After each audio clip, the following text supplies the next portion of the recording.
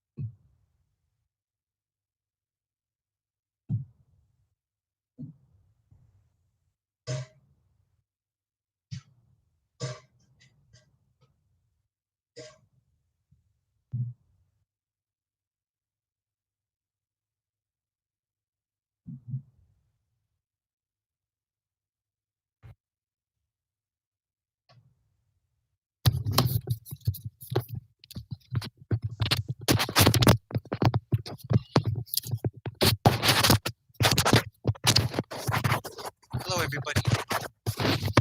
Good evening, Mayor. Can you hear me? Hi, Liz. I can't. Is Elaine Rodriguez with us? Yes. Hi, Elaine. Hi, how are you doing? Good, and you? Good, thank you. So let's get this. Let's call this meeting to order. Cassandra, can you hear me? Yes, Counselor. Roll call, please. Mayor Louis Trujillo, Present. Counselor David Romero. Here. Counselor Elaine Rodriguez, I'm present. Counselor Michael Montoya, He's on his way. Counselor David Ulivari Jr. Here. Thank you, Mr. Mayor. We do have a quorum. Please stand for the Pledge of Allegiance. Pledge allegiance to the flag of the United States of America, and to the republic of which it stands, one nation under God, indivisible, justice for all. Thank you. And as opposed to doing a moment of silence, I thought I'd do a public recognition and let everybody know that if you don't know already, that Las Vegas went to green today, so that affords us a little bit more movement. And I have since rescinded the curfew, so the curfew will be no longer until things hopefully stay where they need to be. So I do want to recognize all the healthcare workers. I want to recognize Leo Maestas with the emergency management, all the first responders, all the healthcare workers at Alta Vista, and at all the hospitals and nursing homes for doing a wonderful job getting us to where we are. And I thank everybody for their cooperation and for for moving us forward. Hopefully we will move to turquoise in 2 weeks, and that is my anticipation. So thank you. Approval of the agenda. I'll entertain a motion to approve the agenda. Mr. Mayor, I make approval of the agenda. Thank you, Mr. Ulivari. There's a motion by Mr. Ulivari. Second. Second by Mr. Romero. Roll call, please. Counselor Rodriguez, Yes. Counselor Romero, Yes. Counselor Ulivari Jr. Yes. I have a motion by Counselor Ulivari, a second by Counselor Romero. Thank you, Mr. Mayor. Motion carries. Thank you. Next on the agenda, Mr. Mayor, we have public input, and I have a total of 4 comments. If I may go ahead and read those into the record. Sure thing. The first one is, I support the availability of battery-powered scooters in Las Vegas. Having ridden them on Bridge Street, it is both fun and as safe as skateboards and bicycles. Thank you, Frank Bjerskens. I hope I pronounced that right. The second one I have is, hi, this is Johnny Coronado. I'd like to mention that I personally use the scooters to get to work, and from time to time, I use it to get home. Bird has saved me from 2-mile walks to work and to get home. This is my vote to keep the scooters. The third one. Hello, I just heard on the radio that there is some debate as to whether the new scooters in town are a positive or negative development for our city. I wanted to take a moment to write and support and express what a great new addition I think they are. Las Vegas is quite walkable, but the scooters are quicker, more convenient, and fun. We are a university town. It's high time we had some affordable transportation sharing system in town. Most university districts have cars, scooters, bicycles for rent like this for students and others who don't have cars. It's attractive and fun for visitors, tourists, and residents alike. It encourages people to recreate outside, and that's good for health. It expresses an attitude and energy of fun, healthy, community-minded engagement. Just seeing them, certainly most visitors from outside Vegas will see it as a sign of progress and vitality of our town. New things are often uncomfortable at first, and it's understandable that people may have concerns or feel uncomfortable, especially if they see safety issues. I think community education plays an important role, and it takes a little time for people to get comfortable and see the benefits. That said, please do continue the contract to have the scooters available in town. I think they are a great new development and offer many benefits for locals and visitors alike. Thank you for your consideration. Ariel Honey. And the last one, Mr. Mayor, is from Kyle Conway. Good evening, Council, Mayor of the City of Las Vegas. My name is Kyle Conway. I am currently the chairman for the city's Youth Commission. I wanted to take the time to give some input about one item on the agenda on behalf of the Youth Commission. The input is about agenda item 8. Personally, I have used these scooters. It has given me and the fellow young adults something to do safely. Not only is it a recreational activity, I can attest to Bird being used as a form of instant transportation. If you do decide to move forward with an ordinance, please feel free to reach out to the Youth Commission for input. We would be happy to help.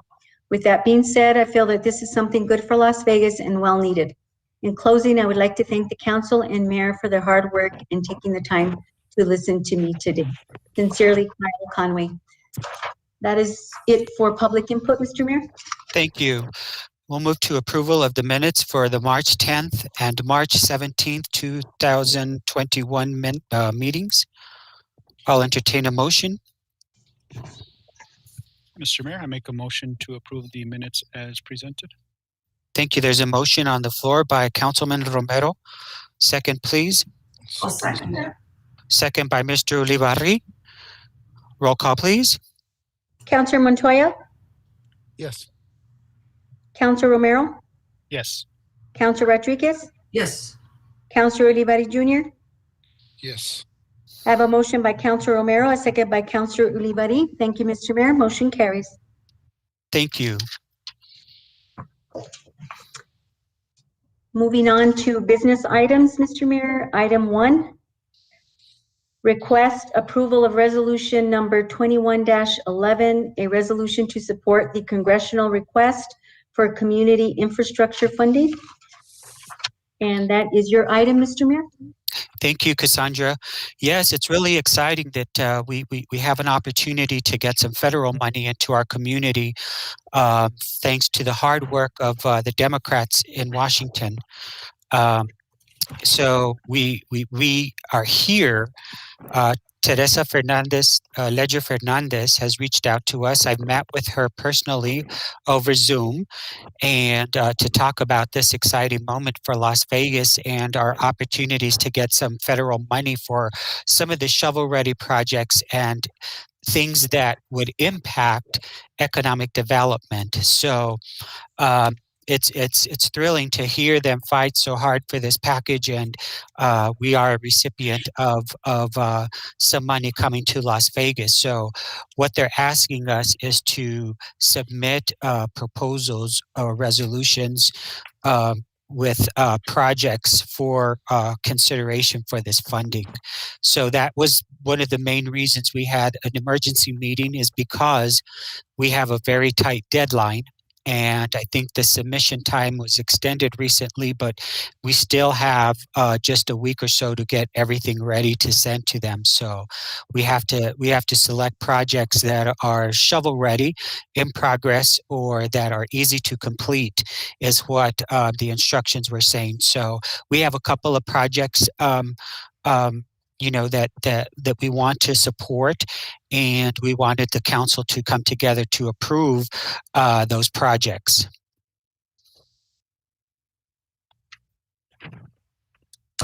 Is this a time to ask questions, Mayor? I have a question. Go ahead.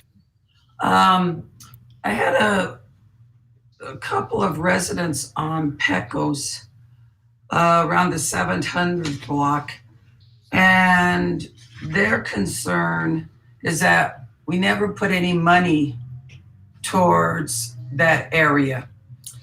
The individuals informed me that about 6 years ago, they were asked to move their property line so that they could get sidewalks and gutters. And to this day, they have not received any sidewalks and gutters. I also drove over into that area, and in talking to residents over there, it has been so underdeveloped. We have not put money, according to them, in 10 to 20 years into that area. And that's Pecos, in that area. So my question is, I know we have a couple of resolutions coming from Congresswoman Ledger Fernandez. My question is, how were these projects determined, and do the city council have the option of saying we'd like to have some of this money targeted for some of the more underdeveloped areas?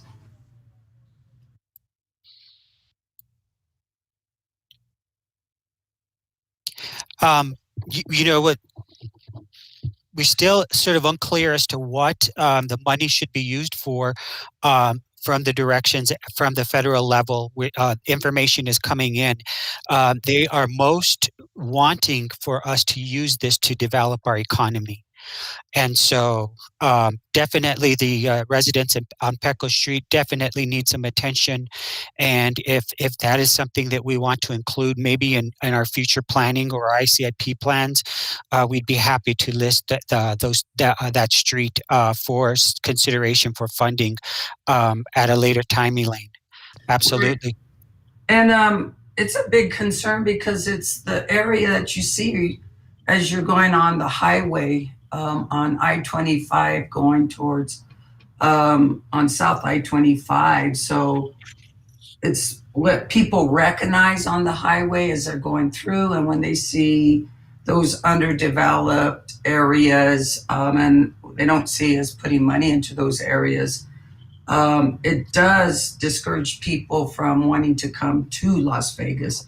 So I would like to have a sit down, with the city manager and also any other of the council members and yourself, Mayor, to see sooner rather than later what we could do to put money into that area, because it's kind of a shame that that area has been neglected for so long.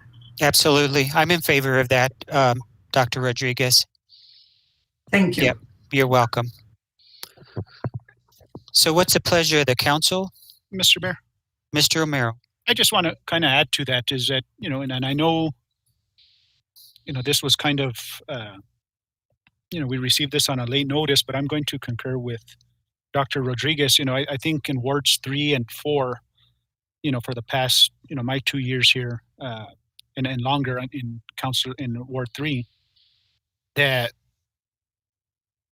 our streets have been neglected for so long. And again, and that's kind of why I requested, but of course, my suggestion wasn't listened to, that we kind of leave these open so we could discuss this as a council to go ahead and discuss these projects. And I know, there's some streets that are more developed, but I don't know where, because I did look and I didn't find where it specifically said that they had to be shovel ready. And I just, again, it seems like we're, last minute here, and, we're having to swallow this to not hurt our community as a whole. But, and Maria, and I'm going to, say this out again, is that, Ward 3 and Ward 4 need, we need to be, fairly equal amongst, fixing our roads. And here we go again in certain wards that, we're spending this money in there. And I know, and Dr. Taylor, I had asked you this question earlier. We were going to seek funding through the DOT for Legion Drive. So what's the plan now that we do this? So, Councilor, we've already had discussions with DOT, and DOT told us, and this comes from Councilor Montoya, that we should go ahead and apply for this, and we can apply for other projects if we do get it. And so I think when we submitted this project, remember that the due date was today at 6 o'clock, which meant 4 o'clock, 6 o'clock Eastern time. And this was the number 1 project in our CIP. And since we didn't have time to do anything more extensive in terms of research and talking to the Congresswoman's aides, they said it would get more points if it's a project that is a major thoroughfare in town, and it's in our CIP. So that's why we proposed this project. Mr. Mayor. Mr. Montoya? Yeah. Just a little bit of a point of clarification. Ward 3 has not been neglected. When I was here, and Louis, you were here, Mr. Mayor, 20 years ago, and we renovated the train depot. There was a lot of money pumped into that area. We renovated the streets and sidewalks in some of that area. And right now we have a project coming up on Lincoln Street, I believe, right in front of the train depot. And that is another project for a whole block that's going to create more parking, and also it's gonna, I believe it's a $400,000 project, something like that. And Lincoln Park has been worked on, so it hasn't been totally neglected. I just wanted to make that point. And yes, I did touch base with DOT personnel on our number 1 road priority right now for the city. As Daniel Gutierrez, our streets department director, will tell you, Legion Drive is the number 1 project right now. We are doing Romero Street, and tonight we're going to be extending National Street, and we're doing Hot Springs Boulevard. So we are sharing the pie. The thing is that Commerce does not have the amount of traffic that Legion does, or Mountain View does, or 7th Street does. So those streets are already on the ICIP plan, and that's the process. Put your projects and time and put them in the ICIP or the co-ops or the maps or whatever programs there is available, and then they're ready to go. And then staff will start working on it, and then they're ready to go to ask for funding. Now this funding is due today, was due today. Today was the deadline. They extended it to the 15th. And the staff already knows that those are the number 1 priorities for economic development wise. The Gainas River project, it was put in there, as well as the Legion for the high volume of traffic. But the Gainas project, they already have the plans in place. They already know what they're doing. It's shovel ready. We got $90,000 this year from the legislative. Senator and Representative Campos and Senator Campos and Representative Castellano helped us with $90,000 for lighting and so forth. Things that they're going to be planning on doing there. We went and requested the $11 million from the governor's office and ended up with $3.5 million. That was the result of that. So I don't think any ward is being neglected. $3.5 million is not being neglected, and $400,000 on Lincoln and another renovating that area and stuff like that. I think we're working diligently. I think staff has got priorities accordingly, and I support this request. Now, we don't even know, like the mayor said, how we're going to be really at the end of the day be able to spend it. There is a pamphlet that they sent us with 34 pages on it that gives us instructions on how to apply for it, and staff will have an additional 7 days to apply for it now. But when these projects are ready, you can't be assuming numbers that this is how much it's going to cost for a new street or this or the other, and just throw them in there as a draft. These numbers are actual numbers that we can submit, and hopefully we'll get $1 million out of this. But anything that this community gets is a plus for the community. I think that the Gallinas River is well deserving of all the hard work that they put in, and they've already put in $1 million in that project. So Legion, it's on the list, and we have a request before New Mexico DOT, and they're willing to help us out, but that won't happen till late August probably. So right now we have another $1.2 million, and it's not in Ward 1 and Ward 2. It's up in Old Town, and that's a $1.2 million project for the Bridge Street and around the plaza and all those streets. And there might be some more projects in conjunction with those ones. So I think we're being fair to the citizens, and I think, and I agree. Commerce does need work, the same thing that Romero Street and Salazar Street need, and those areas over there. They've been neglected. Ask Councilman Ulibarri for 50 years. Nothing has happened in those wards, in those areas. But we're addressing them and we're dealing with them. And there's going to be plenty of money for highway projects this year. I think it's $681 billion that are going to be appropriated to get back America working again. This is actually a moving forward act from Congress that's taking place. This is adding to House Bill number 2. So this is getting people back to work, and this is getting America back in line. And this is helping our communities, and it's everybody. It's not only our district. This is a must project, and I'm all for it. Thank you, Mr. Mayor. Thank you. I would just like to add, Elaine, that definitely there is a possibility of getting those streets onto our ICIP plan, and any others. I think we have to be prepared. If we get all that federal money, our ICIP plans have to be up to date. We need to take a look at it again, so that this situation is different. They just let us know about it, and but they're really, and for us, so we had to select the stuff that we already had planned architecturally, budgeted, everything. So we had no other choice but to act on these plans right away. Do other streets need help? Absolutely. The whole city needs help. And I think we need to take a step back and look at the ICIP plan again and be aggressive, because if that money starts rolling in, we have to be ready to spend every penny of it. So I hope that clarifies, Elaine. It does, and I appreciate Councilman Montoya's comments and your comments, Mayor.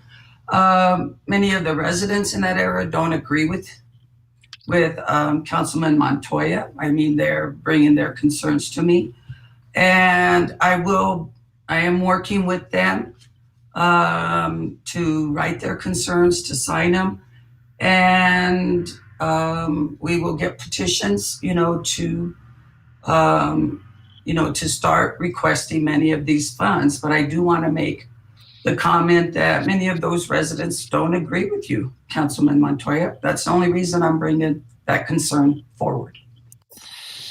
Thank you. Point of order, I'd like to stick to the resolution at hand. I'd like to entertain a motion for approval of Resolution 21-12, a resolution to support the congressional request for community project funding. Mr. Mayor, Mr. Montoya? if I may, point of order, I guess we're on on item number 1, and that would be item number 2. I'm sorry. I'll jump back to item number 1. So I will make a motion to approve resolution 2111. Thank you. And Second? also with my motion, Mr. Mayor, I'd like to include that if the city needs anyone to represent the city of Las Vegas or the Gallinas River in Washington to testify how badly we need this money, I am willing to go. And alongside, if there's a representative from the Gallinas River. Thank you, Mr. Mayor. Thank you. It comes to that. Thank you. Second, please. Second, Mr. Mayor. Second by Mr. Ulibarri. Roll call, please. Counselor Romero, Yes. Counselor Montoya, Yes. Counselor Ulibarri Jr., Yes. Counselor Rodriguez. Yes. I have a motion by Counselor Montoya, a second by Counselor Ulibarri Jr. Thank you, Mr. Mayor. Motion carries. Thank you. Moving on to item number 2, request approval of resolution number 21-12, a resolution to support the congressional request for community project funding. And this would be the Gallinas Riverwalk. Mr. Montoya. I make a motion to approve resolution 21-12. And with my motion, I'd like to thank Congresswoman Teresa Ledger for bringing this up to us and making us aware of this funding. Thank you. I'll entertain a second. Second, Mr. Mayor. Second by Mr. Ulibarri. Mr. Mayor, discussion. Mr. Romero. Mr. Mayor, I had a question, and I don't know if Hendrickson could answer this or Dr. Taylor. My understanding is that we haven't even completed the first part of plan and design with the $70,000 that we originally got 2 years ago. My concern here is, I totally support the plan, but at the same time, we need to not sit on all this funding that we're getting, because at the end of the day, if they see that we're not moving it fast enough, we could put it in jeopardy. So where are we with that? Well, Councilor, let me answer that question. We've had this discussion. We have plans that will be 75% complete in just a few days. We will be requesting funding for those parts of the plan that are complete. And and even though we don't have 100% complete plans, we have more plans for this project than for any other project that we could have submitted. And this is a project that I understand that the Congresswoman is particularly interested in. Okay. And is Elizabeth online? Yes, she is. Yes, I'm here just in case there's any questions that I could help to answer. No, because my question is just kind of to ask you here publicly, are there any frustrations that things aren't moving along on the city's part, that we could do, that you feel that we could do better, or anything to get this going a little bit faster? Thank you so much for asking, Councilman Romero. There have been challenges in this project, of course, but we just a couple weeks ago, right when it just started to seem like when are the things going to get done, the city met with Groundwork Studio, who's doing the design, and got assurance that the 100% date is the 21st of May. So the plans are just about finished. And to be honest, it's true, like you said, it seems like we're sitting on a lot of funds, and we're actually literally have items backed up and waiting to be installed in the park, like trash cans that are already been fundraised for and made, benches, lights, things like that. So the fact is, though, as soon as these plans are finished, everyone, the community, will see these pieces start to come together. And so, I think it's important that you ask, is it frustrating? At times it seems like nothing's happening, but so much work from all parts of the community have been happening on the Guyanus River Park. And it really does sort of address the center of town and bringing everyone together at that communal space that belongs to everyone. So this is, I think the desire just has come from there, where it does seem in some ways, even though much has happened, it seems like not much has happened, but it is at this point where we're at this threshold where, you know, within a matter of some weeks, we're going to see a huge change. And with this ability to ask for specific funds, because we've done 4 hard years of work to get this plan in order and done, and faced all kinds of challenges, but yet we have, it is accomplished. The city will have these plans in their hand so that we can take advantage of this opportunity that has come where we could ask for funding in this situation. So I have a feeling that, and I don't like to just guess, and I know I tend to be optimistic and sometimes it doesn't go like I think, but this is the time where I can almost assure that in a year from now, that we're going to see a huge amount of progress in terms of like the amenities that we've been trying to reach and get. And I also like to say that it does take time. There have been challenges, but it's not just that it takes time for challenges. It takes time to get the community's input and get everyone involved. It takes time to get the children out there and be part of it. And it takes time to get community events where people are all involved. And that's what's been happening.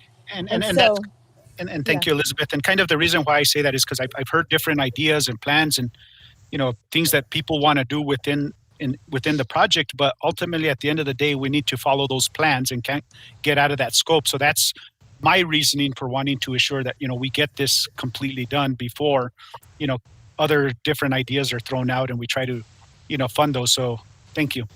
Yeah, that's a good point. Yeah, these plans help guide us now in the future. So thanks for letting me speak, and I appreciate it. And Thank Elizabeth, I would just like to add that it's wonderful to have a working partner like you, engaged with the city of Las Vegas, and you were one of the first meetings I had after election last year, and the reason for that meeting was to see if there was anything possible that we could do for you. And so I enjoy working with you as a partner. Yeah, well, and the whole city has been amazing to make this happen, because this is the whole city working together, really. So thank you all so much. Yes. Mr. Mayor. Mr. Montoya? Yeah, and I'd just like to thank you, Ms. Juarez, Dr. Juarez. You know, a lot of these things, I've been with these people for a long time now, since a year ago. And it takes a lot of planning. We can't just jump into it and then build something that we don't like at the end as an end result. So they have been having meetings after meetings, and it's been hard with the pandemic, but even the gate design has changed a couple of times. Mm-hmm. The lighting, what's appropriate lighting? Do we want solar lighting? Do we want PNM to come in here and do lighting? The trash cans, what kind of trash cans? So just yesterday, New Mexico Highlands University over at Melody Park, I don't know whose decision it was, but they threw down probably 500-year-old trees that are 4 foot wide.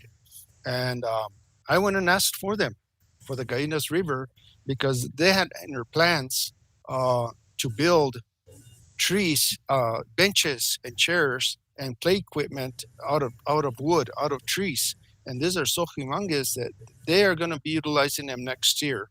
We're saving them aside for now.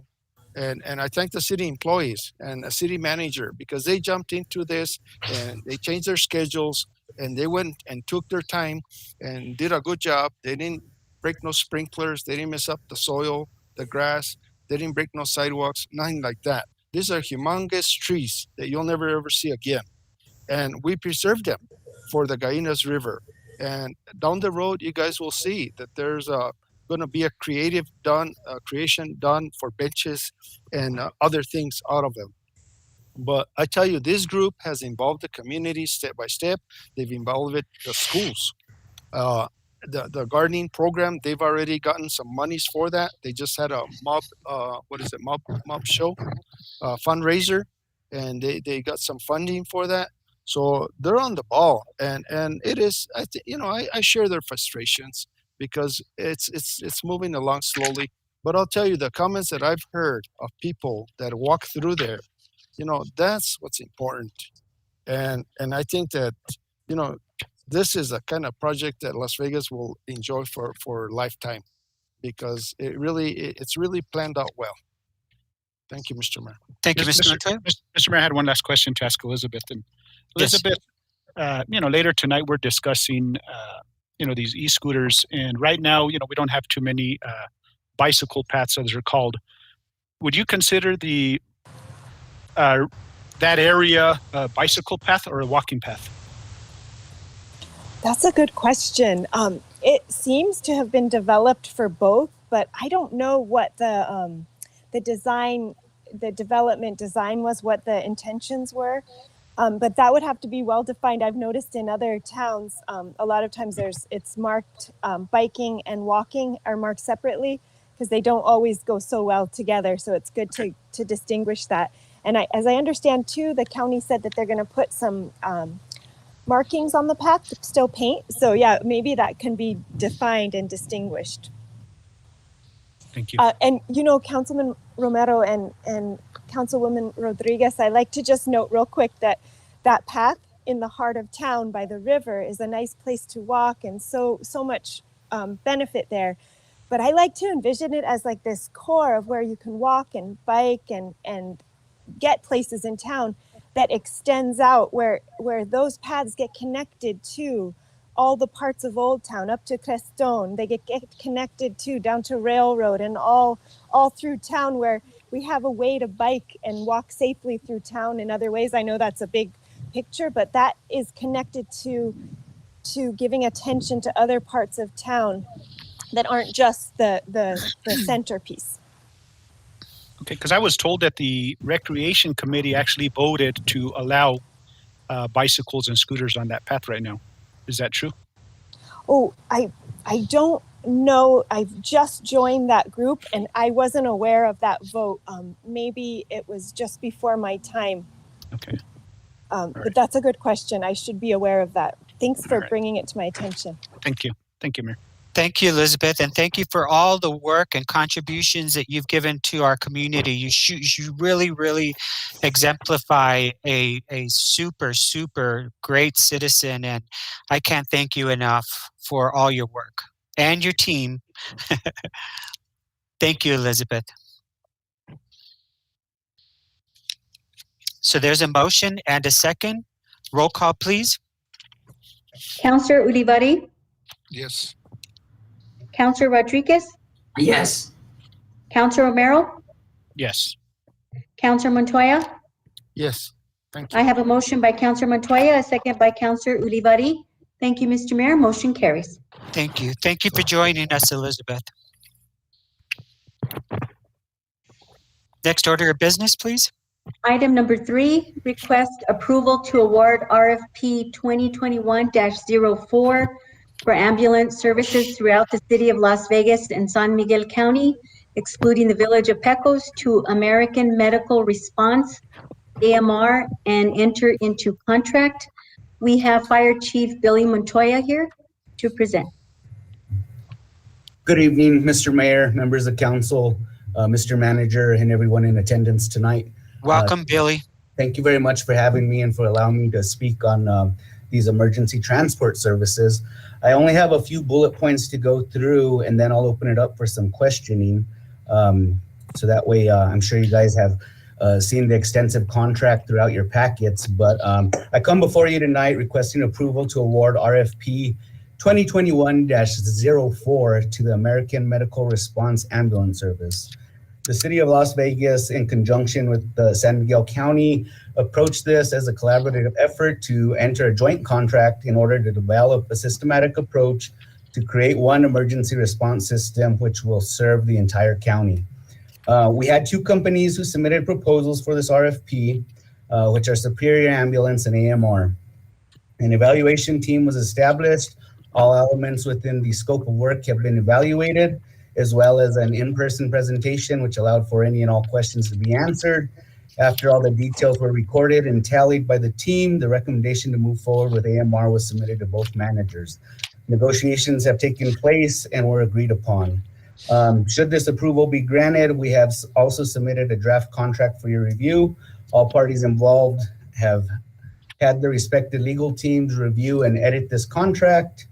And even though the contract outlines a number of different factors, I broke down the subsidy breakdown, and it'll go as follows. So we will have 3 ambulances staffed at an ALS, ILS level. They'll be stationed here within the city of Las Vegas, and we'll have an additional ambulance which will be stationed on the western portion of San Miguel County. So that brings it to a total of 4 units that will serve as emergency transport throughout the entire county. The total subsidy for the calendar year will be $600,000. City of Las Vegas will be responsible for $210,000 annually, and the remainder will be the responsibility of San Miguel County, coming in at $390,000. In closing, I'd like to reiterate that this was a collaborative recommendation to proceed with approving this request and entering into contract. Also, I'd like to bring to your attention that the same the same proposal was taken to the county commission last week and has been approved. With that, I will entertain any questions you may have. Any discussion, Mr. Romero? Billy, can you kind of outline for the public that might be viewing this is the differences between what we have in place right now with Superior versus this new company? So this new company provides a vast variety of different options that we may have available in the future. That is a nationwide company, and there has been conversation that if everything pans out well enough, they may be willing to bring in a flight service to Las Vegas as well, with that possibly being stationed at Alta Vista. So that would definitely be a benefit to the entire county and to the entire community as far as having that service so readily available. Like I said, it's a nationwide company. They come with a big checkbook for one, and a vast amount of personnel.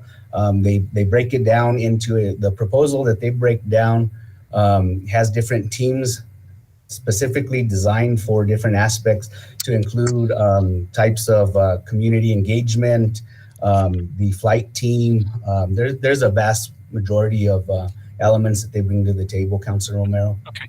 The other question, Billy, is the other aspect is I know there was concerns on what the public pays the previous contractor. Was that taken into account in this new? I know we have our portion with the city and county pay, but there's also the fees that the public pays. Was that looked into? Yes, that is totally separate from the proposal as far as what the city and the county pay, but that insurance factors come into play there. And as far as their billing, that is part of the private sector. So they will work with the community, of course. But as far as details, there's too many to differentiate and weigh out between to give you exact percentages on what the differences would be. So we would know if there's an increase to the public. Would we know that? Not really. Sorry. No, sir. We would not know the exact increase to the public. As far as the PRC licensure is concerned, they have a set tally for whoever is providing services within this area. Okay. So that shouldn't have effect at all. But whether I could tell you, let's say, for example, if AMR responds to a vehicle accident versus Superior Ambulance responding to a vehicle accident, they should be at the exact same amount because of the tally and the tariff that is already in place through the PRC. Okay. The last question, Billy, was, we had issues with those on, I believe, where Superior is housed right now. Do we know where they're they'll house their ambulances? Is there going to be issues they might be in a residential area that might, or is that something we work on later? So, Counselor, thank you for the question. As far as where AMR would be housed is entirely their decision. We specifically said that they need to be housed in the Las Vegas area. Yeah. So as far as residential, I don't see them going into a residential area. One being that they need a central response. Two being that they need areas to house their ambulances versus just leaving them out in like the outside portion of it. I would think that they would go, and this was in conversation with the regional manager, that they would go with a centralized approach, and they need a building that has bays already incorporated with it. Okay, thank you. You're welcome, sir. Thank you. Question, Mr. Mayor. Mr. Montoya? Yeah, Mr. Montoya, to my understanding, they gotta be located within 7 minutes of a call within the city limits. So according to this documentation, so they need to be pretty centralized, I would say. So I think we're paying $70,000 more than the last previous ambulance service. And this contract, according to this, it's renewable in 1 year, but up to 4 years. So we'll revisit this in 1 year if things aren't working out. Councilor Montoya, thank you for the question. Yes, sir, you're correct. On a portion of that, our current contract is at $175,000 for the city portion of it. It would range up to $210,000. So that's giving you the difference there of about $45,000 increase. Now, as far as the 7-minute response time, we kind of padded that, and we are going to evaluate it throughout the entire year, give them a little bit of time to acclimate, if you will, to the area. And we will be reevaluating it in 1 year. If anything isn't working out, then we will revisit it. If everything's going good, we're still going to revisit it to see how we can improve on it. There's also going to be quarterly meetings. At first, we're probably going to be doing monthly meetings to make sure they get on track and they understand how we do 911 operation over here. And then it'll probably move into quarterly meetings after that. But yes, after 1 year, if things don't work out and we decide to either adjust the contract or go out to RFP, we can do so. And one last question to you. When does this existing contract expire? And when will this one start? So on the existing contract, we are on a month-to-month basis right now. Okay. And this is going to be determined upon first off approval of whatever you guys decide tonight. And then we would need to see how long AMR is going to have to, how long it would take them to come into play here. There's been conversation of 3 to 6 month time frame. It just depends how quick they can get their staff here and get mobilized here. Okay. And my last question is, Mr. Mayor, is to our city manager or finance director. The difference in that we're paying for this contract, is that already budgeted, or are we going to have to make a budget adjustment for it? I'll let Jesus answer, but just I just want to make the point that this was the low bid, and we thought that the quality was higher. I wasn't on the review committee, but I heard from them and when they made their recommendation that this was the low bidder, and that the quality of service they thought was higher. And so what we have budgeted right now is through the end of the year. If they don't get here until 3 months or so, we'll be talking about something that will be in the next year's budget. So that'll be a $35,000 increase in total cost over what we are paying now. Okay, thank you. Thank you, Mr. Mayor. Thank you. Mr. Montoya, did the hospital have any consideration with this? Yes, thank you for the question, Mayor. The hospital was involved as part of the evaluation team. Okay. And their recommendation was to go with AMR as well. Okay, thank you, sir. You got it. What's the pleasure of the council? I have one question, please. Elaine? Mr. Montoya, thank you. This proposal was quite extensive and very informative. one thing that I may have missed is hiring procedures. When it comes to hiring, will the local residents be given that opportunity to be hired and trained to be part of this AMR? Instead of bringing people from outside, will we be looking at local hires for this? Thank you for the question, Councilwoman Rodriguez, and for the compliment. Actually, in conversation with AMR, yes, locals will be given first opportunity to either apply for jobs, to get training. They are very, very community oriented. So they would love to do that and actually provide jobs to the community. So they are all on board with that. Thank you for the question. Thank you, sir. Thank you. I'll entertain a motion. Mr. Mayor, Mr. Romero. make a motion to approval to award RFP 2021-04 for ambulance services. Thank you. There's a motion by Mr. Romero. A second, please. I second that. Second by Dr. Rodriguez. Roll call, please. Mr. Mayor, is that also that motion to enter into contract? That's part of the item. Yes, and I'll add that to my motion. Thank you, Councilor. Dr. Rodriguez, is that fine? Yes, I will second Thank that. you. Roll call, Councilor- please. Councilor Montoya, Yes. Councilor Ulibarri Jr., Yes. Councilor Rodriguez, Yes. Councilor Romero. Yes. I have a motion by Councilor Romero, a second by Councilor Rodriguez. Thank you, Mr. Mayor. Motion carries. Thank you, Cassandra. Thank you, Billy. Thanks for all your hard work, and tell all your staff that they do a wonderful job. At the next meeting, I will have some recognition for some firemen that were recognized by a family that lost their home or just about lost their home. And they wanted us to recognize the fine gentleman who responded. And thank you for all your hard work, Billy. Fantastic. Thank you all for your time. I appreciate the kind words, Mayor, and thank you for the consideration in awarding this. Appreciate it, guys. Good evening.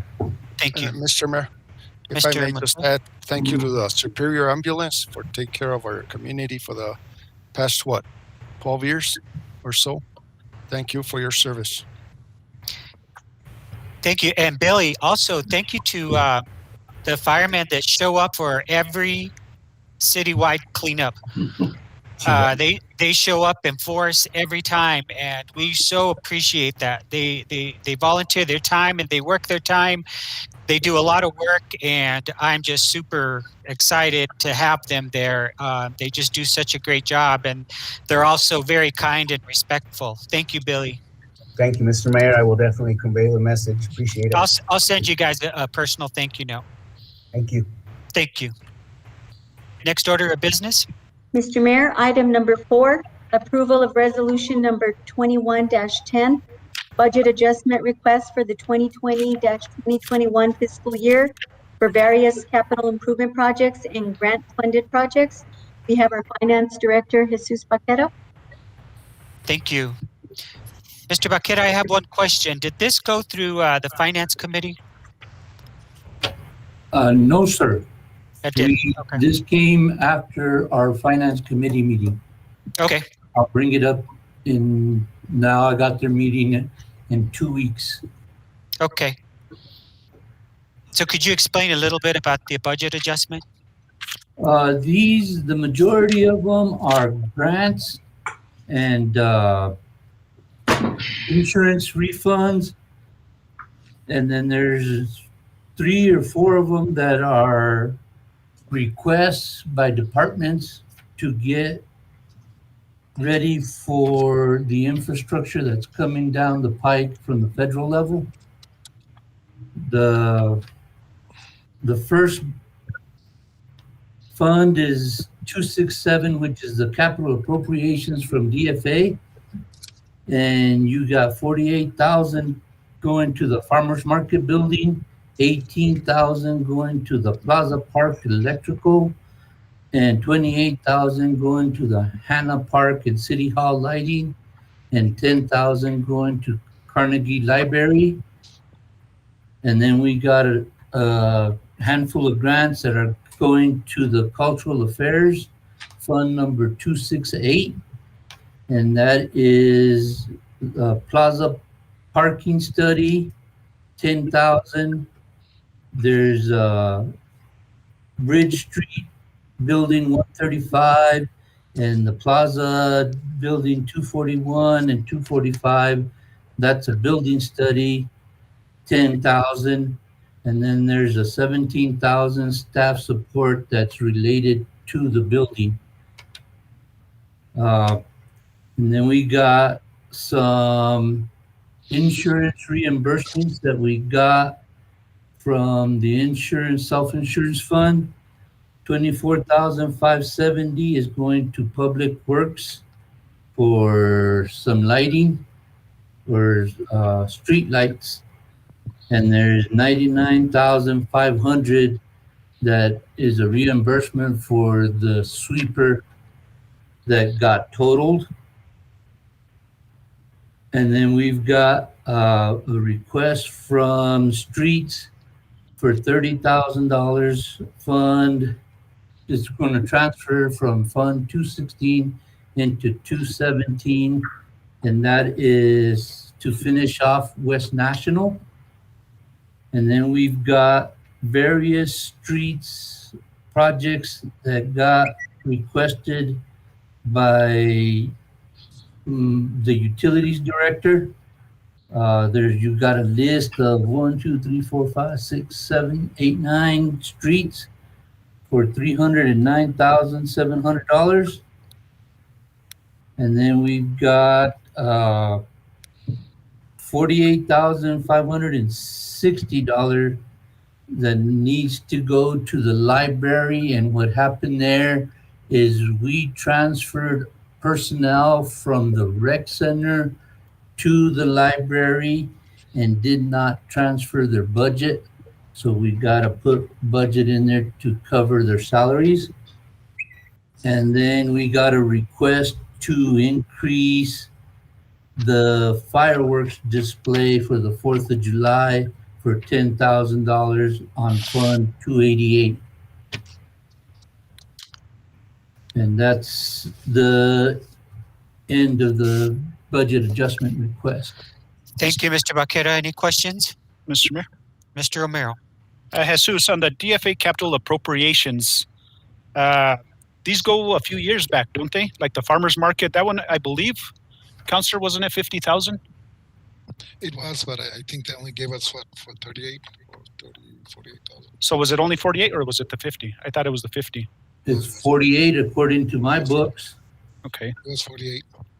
Okay. And then the other part, so did the Creston money come from a separate fund that it's not in here?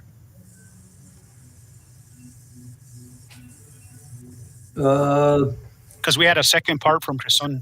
The Creston is in with $309,700. It's Okay. the second street on that project. I'm talking about the park that we got some appropriations from. I'm not aware of the Creston Park or any appropriations that go to the Creston Park. Councilman, this is Bill Hendrickson. I believe that was in the last administration. That money was already approved. But we had 2 years. There was, I believe, 30 and then 70,000. Right. So both of them. I just want to make sure that is that right, Dr. Taylor? Yeah, the money's there. I think that some of these projects were delayed. I think the confusion between the 50 and 48, because originally it was general fund money, and then when the state decided that it didn't have enough general fund, they put these into severance tax bonds, and so they reflect the amounts that were in those severance tax bonds. Okay. And the other part, the building study, what building are we studying on that? Those are on Bridge Street, it's 135, and then on Plaza, it's 241 and 245. What are we studying them for? What do we? So the one building is the Fram building. We got $5,000 to support a engineering analysis of the Fram building. And the other two buildings, it's called the Beisman building. It's the second building from the police station corner, and that was also requested for an engineering study of that building. It's one of the oldest buildings on the plaza. So that's the grant that we got a while back, right? Is that? Yeah, it's from the historic preservation Okay. Folks. And then the other part was the Plaza Park study. Parking. Is parking. They approved $10,000 for a parking study for the plaza area, Bridge Street, and then $17,000 was for CCHP to hire folks to do some studies on additional buildings to add to the historic register and expand look into expanding to other areas of town for historic districts. Okay, so this parking study, maybe I'm wrong on this, but didn't Mr. Elfeld kind of already do that he already has that in place? Because there was a design on the changing of the parking and all that, or is that different? What's the difference? No, this is different. This is to look at the whole area and how to increase parking in the Bridge Street area. I mean, Bridge Street and Plaza. But isn't that what we already did when they decided on the angle parking? No, that was totally different. I mean, it did increase the parking. Don't get me wrong on that. So the concept that he proposed a while ago and is being considered for after the pavement project is going to be angle parking because it does increase parking. Okay, so within this study, are we going to study? Are we jumping the gun because I know Mr. Elfeld still kind of wants that area? So is this study going to incorporate that, or is that without it right now? Well, we haven't started working on the parking study yet. It should look at probably everything as far as what you're talking about, as far as the parking spaces and whether they're angled or whatever. Other locations we should probably consider for the city to purchase, maybe to add parking in that area. It could be many things, but we haven't got into the details yet on that study. Okay, I just hate to do a study and then things change, and that's just my opinion. But okay, well, thank you, Mr. Mayor. Thank you. Any other discussions? What's the pleasure of the council? I'll entertain a motion. Mr. Montoya? Mr. Mayor, I'd like to thank Jesus Baqueras for doing the explanation of all these fundings. I tell you that that's a lot of money. And it's like the other one that we did of $750,000. I don't know what this amounts to, but this is your government at work and making things happen, Mr. Mayor. So with that, I will make a motion to go ahead and approve Resolution 2110. There's a motion on the floor by Mr. Montoya. Second, please. Second, Mr. Mayor. Second by Mr. Ulibarri. Roll call, please. Counselor Romero, Yes. Counselor Rodriguez, Yes. Counselor Montoya, Yes. Counselor Ulibarri Jr. Yes. I have a motion by Counselor Montoya and a second by Counselor Ulibarri. Thank you, Mr. Mayor. Motion carries. Thank you, Cassandra. Next order of business. Moving on to item 5, request approval to award the continuation of West National Avenue and Mountain View Drive road projects to Hayes Plumbing and Heating through a CES contract. We have Daniel Goudelet, our Public Works Manager. Mayor, councilors, I'm here seeking approval to award Hayes Plumbing and Heating additional work. Actually, it's a continuation to Mountain View and the West National project. We did receive funding from the NMDOT in the amount of $415,000 for Mountain View, and then 117 for West National for the continuation.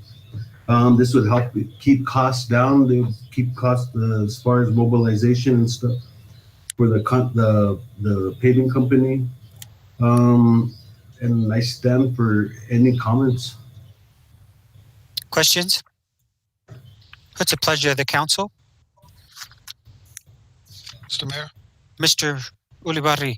request to approve and award Hayes Plumbing and Heating for the continuance of West National Avenue and Monview Drive road projects. Thank you. Second, please. Second, Mr. Mayor. Second by Mr. Montoya. Roll call, please. Counselor Rodriguez, Yes. Counselor Romero, Yes. Counselor Ulibarri Jr., Yes. Counselor Montoya. Yes. I have a motion by Counselor Ulibarri Jr. and a second by Counselor Montoya. Thank you, Mr. Mayor. Motion carries. Thank you. Mr. Goudelet, I'd like to recognize your group again. The streets are looking really nice. The street sweepers are out and the crosswalks are getting painted. And you guys are doing a great job. Those potholes, I think we're catching up with them. So again, please express my appreciation to your whole team. And I'd like to say thank you to the NMDOT for helping us with one of their sweepers. It's helping us for the next couple of days to catch up on the sweeping. So thank you, councilors. Thank you, Danny. Mr. Mayor. Yes. Danny, could we get an updated schedule on that street sweeper just so we let our constituents know? Because I know in certain areas in mine, just so I get calls in that the street sweeper isn't there, but so I could let them know they're on the schedule. Yes, sir. Thank you, Danny. Appreciate it. Next order of business. Item number 6, approval to fund the bid additive alternate work for RFP 2021-06 for the D-Bib lift station improvements. We have Maria Gilbury, our utilities director. Thank you, Maria. Thank you, Thanks for being here. Thank you, sir. Mayor and council, back in December, the city council approved awarding the base bid to Hayes for this project. There was an add alternate that was part of the project. We did not request it to be awarded at the time. We now have additional funding, so we are requesting that add alternate to be awarded, and that will cover the generator and some security fencing in addition to some other appurtenances. Thank you. Any discussion? Yeah, What's the Maria, pleasure of the council? Mr. Maria, Montoya? where is this funding coming from? And what This interest? one is coming from the Clean Water SRF Fund. Oh, okay. So it's, And is that from this year's legislative funding? It preceded this year's legislative funding. We had actually requested this funding a couple of years ago, and then this passed the, I believe it was November, December timeframe. The revolving loan fund agreed to, or revolving fund agreed to increase the amount to coincide with the cost of the actual cost of the project. Thank you. Any other questions? Thank you. What's the pleasure of the council? I'll entertain a motion.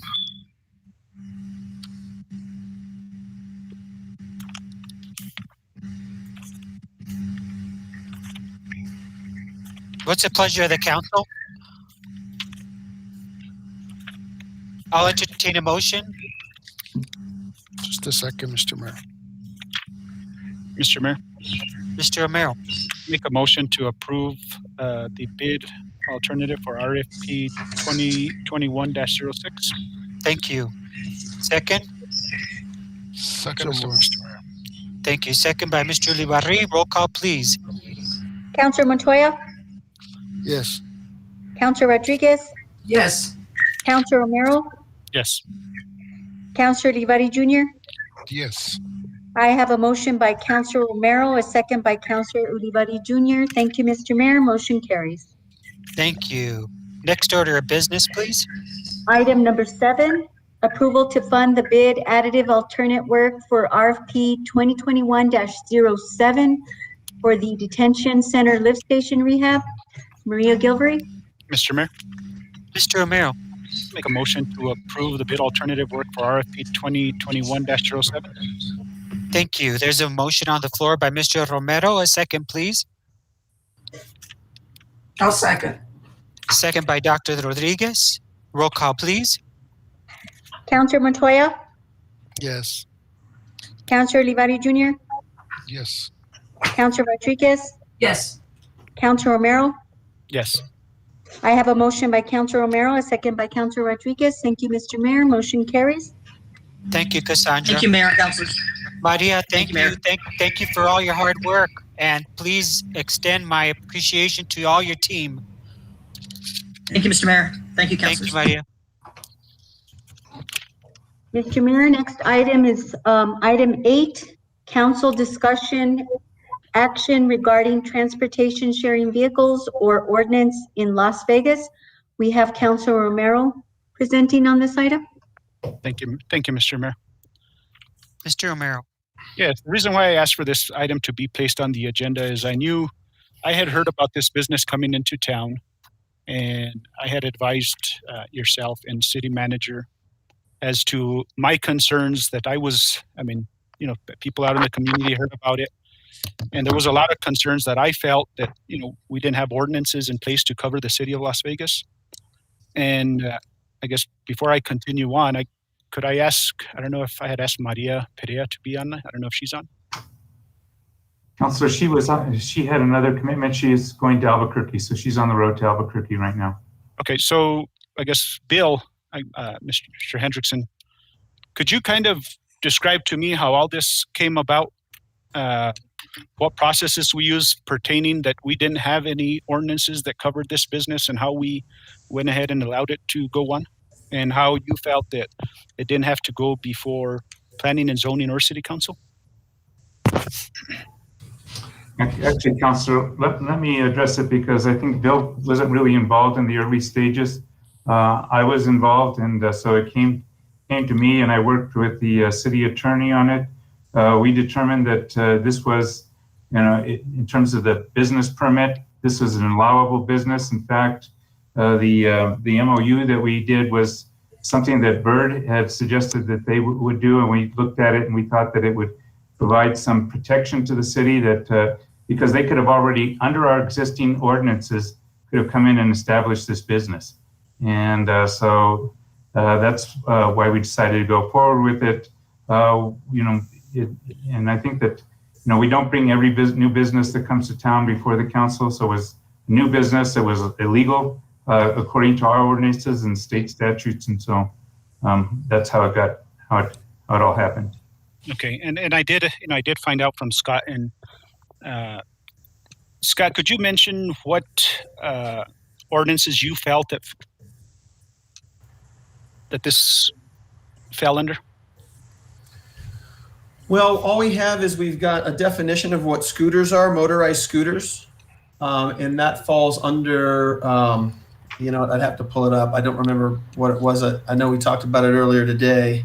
Yeah, and here it is, and I'll go ahead and read it. Yeah, if you got it, you can just motor scooter, a motor-driven cycle as defined by this section. So it refers back to motor-driven cycle, and at that point goes every motorcycle, motor scooter, and moped having an engine of less than 100 cubic centimeters displacement. So Mr. Mayor, my concern has been, and I know that we've allowed this business to on, but if you go back into traffic regulations, New Mexico traffic regulations, I'll pull it up here.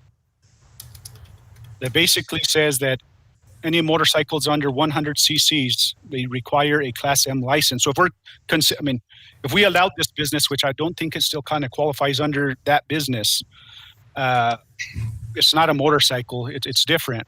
But if I go with what Dr. Taylor and what you guys felt that was appropriate, under the regulation, it says a Class M 13 license. So it says that anybody that gets on those scooters should have a Class M license. They should have completed a motorcycle safety course, and this falls under motorcycles must be under 100 cc, must wear a helmet.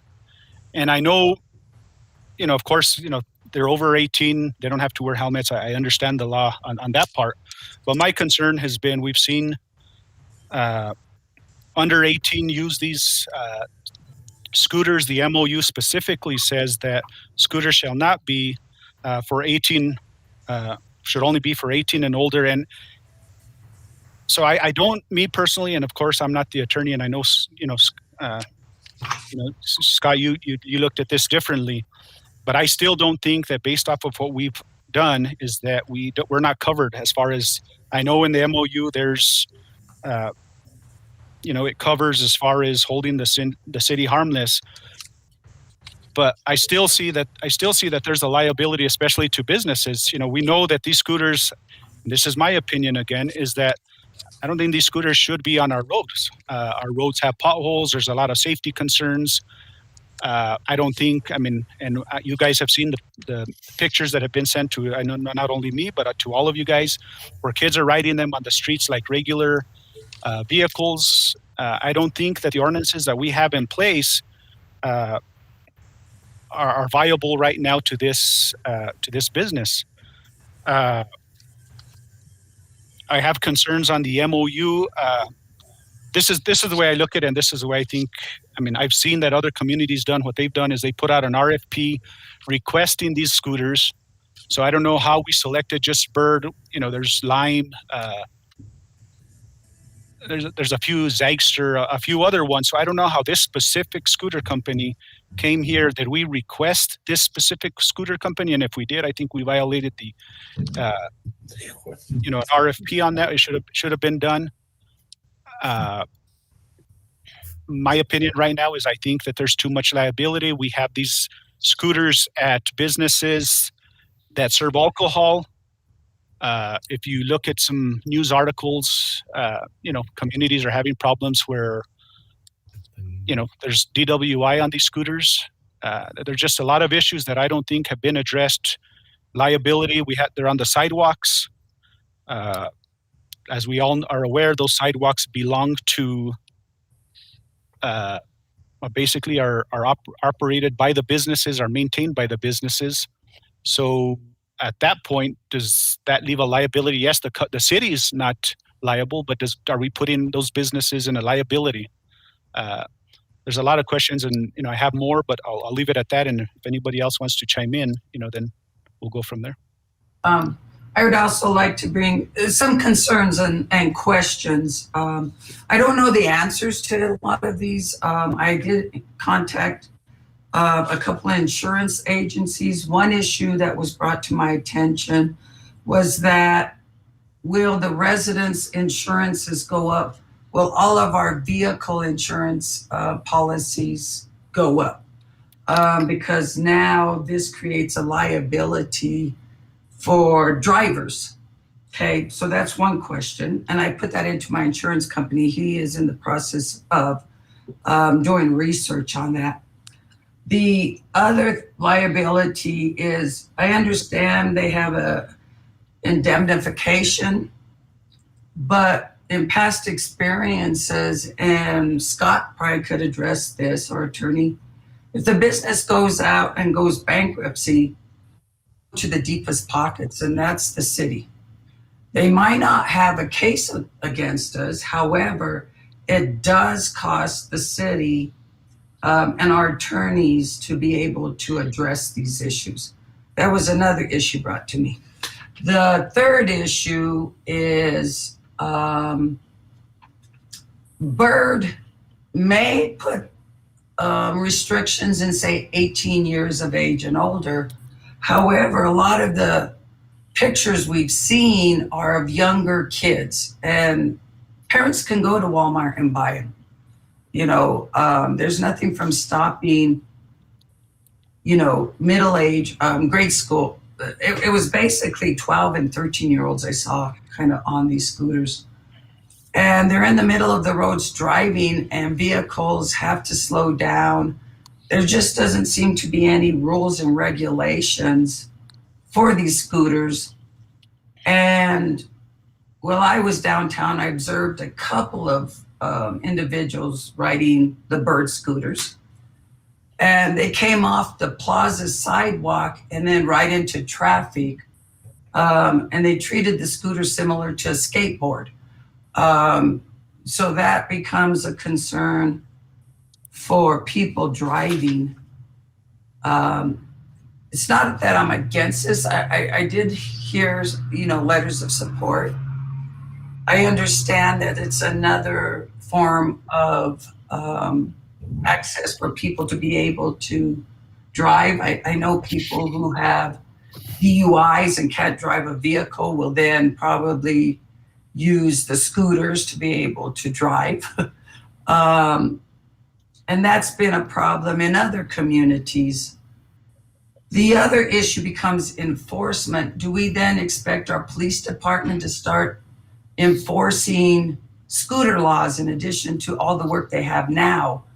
I just think there's a lot of questions that we haven't really discussed or addressed in allowing for this business to come into our community. Thank you. Anybody else? Mr. Mayor. Mr. Montoya? I know Mr. Elias Trujillo will get his opportunity and hope he's listening good and taking down notes because these are real true concerns. I have gotten phone calls about this, that there's no proper signage for these vehicles. People don't have insurance for them. They're underage. They're considered, I guess, an electrical car, which I guess they don't run by motors. I guess we don't have a time frame, what hours of the day they're allowable. I've seen some at night with a little flashlight. I don't know if it's built in or not, in the middle of the road.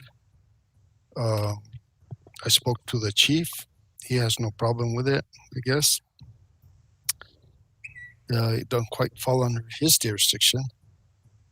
When they run out of the battery, they're just left behind. And I don't know if there's a policy or not for somebody to go pick them up. I would assume that somebody thought about this and probably thought from point A to point B, Castaneda to Plaza area. But I don't know. I've seen them all over town. I've seen them there on DJ in front of my house, in the middle of the street. As fast as they move or the slowest that they move, it's pretty hard for me to understand how an accident is not going to happen sooner or later.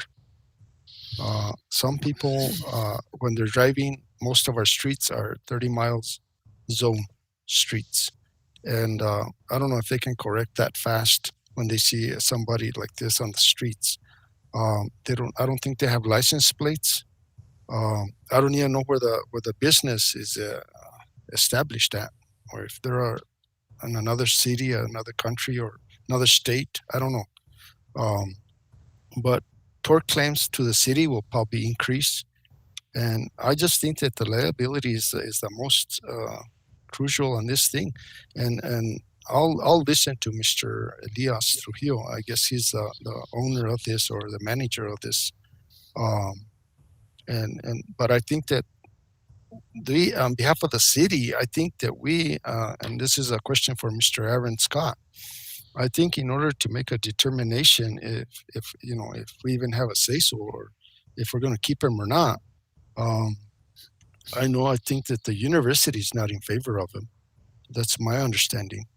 But I think that we need to address the ordinance, and if we're going to consider this license, we need to put some kind of restrictions and some kinds of understandings of where they can be, who can be on them, what they got to be, safety equipment that they got to wear. There's a whole list of items and concerns that I think everybody has. And I think the only way we can solve that is by addressing the ordinance and adjusting the ordinance if that's what needs to be done. Thank you. Thank you. Mr. Mayor? I have some comments that I'd like to make. If we're going to look at regulating this type of transportation, then we're going to have to look at regulating bicycles, skateboards, hoverboards. Hoverboards don't have a motor, but you can ride a hoverboard down the street. We're going to have to regulate skateboarding. We're going to have to regulate all these other things. This is a business venture. It's somebody that came to the city, said, I want to open a business, and by us opposing this, we are displaying to the community that we are not open for business. This is a legitimate business. They have their liability. First of all, they can't charge them for DWI because they're not in a motorized vehicle. The scooters themselves do not have motors. They're not motorized. Are there safety concerns? There's safety concerns when I ride my motorcycle that I can't correct, in traffic that fast. There's when I ride my bicycle to work, there's safety concerns. I choose not to wear a helmet. If I want to wear a helmet, I'll wear a helmet. But I don't think that the city should be in a place that we have to regulate every kind of business that opens in our community. If they're not violating any of the ordinances, I don't understand how the city can. Now, if we come up with an ordinance idea, then that ordinance cannot ban a business from operating. It can ban where these maybe want to travel, or that we have marked spaces for bikes and for this type of transportation. But I'm looking at the legal side of this. I don't think the city is in the business of regulating any business. Harbor Freight is moving in, and we can't tell them you can't sell weed blowers, or you can't sell hoverboards, or you can't sell anything like that. We cannot regulate a business that opens. They have a right to a business license, just like anyone would. We didn't solicit this business, to my knowledge. Are there safety concerns? You bet. I would hate for someone to get run over, but it happens all the time. It happens on bikes. It happens on skateboards. The other day, a kid flew right in front of me on Bridge Street on a skateboard. I had to slam on my brakes so I wouldn't hit him. And again, when you start looking at all these regulations, I just don't think we're being fair to a business like this. But I'll let Scott Aaron Mr. Mayor, talk about that. Mr. Romero? is Adrian on? Yes, I'm on. Chief, I had given you a call pertaining to this, and you had mentioned that, am I correct, Elias had went to talk to you? Yes. Okay, could you kind of tell me what the discussion at that time you had with him pertaining to these? So you go ahead. Myself and Elias, we spoke about it. He said that he would be picked. They were not motorized. They were electric vehicles. They're battery operated, I believe. Is that correct, Elias? It's muted. Yes, sir. So they're battery operated vehicles. They're not a motorcycle. They're not any type of motor vehicle, and we can't. We don't have ordinances to enforce in reference to these types of vehicles. They're not vehicles. They're scooters, and so that's one thing. He did say he had a scheduled drop off at 9 o'clock and then picking them up at 5 o'clock. I told him, daylight savings time is going to start, and are you going to be leaving him out later? Which we didn't have a problem with that. We don't know. I don't know what his schedule is now, if he moved it up or not. Okay. So you had mentioned that you had concerns that to kick down the speed, and that was done. But I don't think, was that done? I'm not sure if he did that. On our end, we were able to get down to 15, as far as what Bird has told me. But that doesn't. There's no governor in these vehicles. If you're going down a hill and you already are at 15, you're going to go faster. It's just gravity. So that's not stopped, but the top speed is 15. Right. And I guess my next question is that typical where the business, I mean, this is the way I think that business license should be handled, is whoever issued that license should have reached out to the chief, to Public Works, and signed. I mean, to me, I think there should have been a special use permit to go through this. But of course, that's my opinion. I mean, I'm not. I don't work for the city. I just see from the outside and then kind of look at the liability. But before all this was done, we should have checked with streets. We should have checked public works, make sure, okay, well, if these scooters are going to go through here, is it a liability? Checked with the business owners. I have one business owner told me he had 2 employees that had already got injured on those. So it's not that I'm bringing these concerns from myself. I'm bringing from the constituents that one of them, and I have, you guys received that picture, Mayor and Council, where there was 3 or 4 youth under 18 that were on the street and almost got hit by a car. So my question is, Elias, do you have a liability insurance, or are you depending on what Bird provides? Yes, I got business insurance. Yes. Okay. And then going to my other part is, Mr. Mayor, I'm going to kind of differ with you. That's fine. I'll go ahead and I'll read I'll just read the headline. September 23rd, 2019, Albuquerque woman caught driving drunk on e-scooter. Albuquerque and Santa Fe have disallowed e-scooters. So we can't, and I know we allowed it because it's under the motorcycle, we considered it, but we don't have any ordinances that pertain to this e-scooter. And if it was, this is my opinion, if it was, other communities tried it. And why did they do away with it? Do the research, do an online search. They did away with it because of the liability to the city. Of course, anybody can go outside, go to Walmart and buy these on their own. These aren't $50 equipment. Those that do, we still have to hold them liable. We're not going to allow them to be on the street. I don't feel that Chief Crispin is going to be chasing these guys if they're minors or if they're not wearing a helmet. Or are we okay with that, Chief? Are you okay, with minors, driving on the street and liability? To myself, I think that these are kind of considered bicycles in a way that our drivers need to pay heed to bicyclists, just like in Albuquerque and Santa Fe they have the bicycle lanes. So I think that when we look at that part, we have to look at us as drivers. We have to always keep heed that, hey, there might be a bicyclist. One bicyclist got hit here the other day right in front of us because he was crossing and the driver didn't see him and he was in the crosswalk and got hit. So there's examples of that. We as drivers have to pay attention to give those bicyclists the opportunity to pass and drive on the streets. They don't drive on the sidewalks.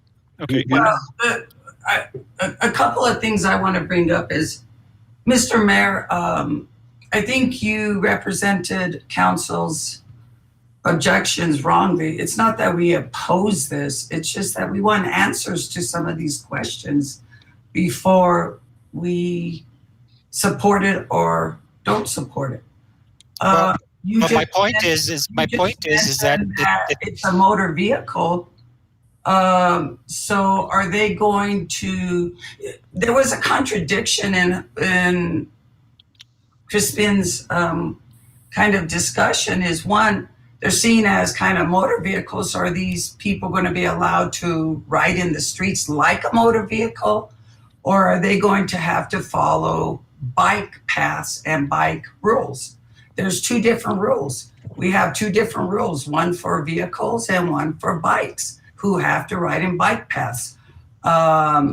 So with this motor vehicle, and a lot of it also determines on the size of the individual as far as the speed. We can't project that it's going to go up to 15 miles if you have a larger person. If you have a larger person, that speed's going to slow down. Many of our residential areas are 20 miles per hour. So if they're going to be riding in our residential hours like a vehicle, then cars, and we all drive in these streets and we see it. A lot of these vehicles go around, slower vehicles, and they speed up. And I understand that liability, but one thing I think we're not considering is I don't want to be the resident that hits a kid on this. I'm not even thinking of liability. I'm thinking of killing a young kid. because I may have not saw this kid coming out of a stop sign. That's our concern with bikes, but we have bike paths for that. We don't have any rules or regulations regarding these motorized vehicles. And a lot of the pictures that have been sent to me by residents show that these young kids are riding it in the middle of the street and vehicles have to slow down for them. So I just believe that it's not that I'm totally opposed. You know, I teach classes and I brought this question to my students and they gave me a lot of pros and cons. It's not that I oppose it. I just would like to have some of these questions answered. Well, I'd like to correct you, Dr. Rodriguez. We do not have bike trails in Las Vegas. There's one street, and that's Grand Avenue that has a bike lane. Other than that, there are absolutely no bike trails. The second thing is this vehicle is not motorized. Am I correct? It is electric powered. Yes. It doesn't have a motor it doesn't have any CCs. It doesn't have any XL capability or combustion. So it's just the same as you're talking about people buying bicycles at Walmart. Should we close Walmart because they sell bicycles? Mr. Mayor, I don't have a battery operated motor. Mr. Mayor, I have a comment. Mr.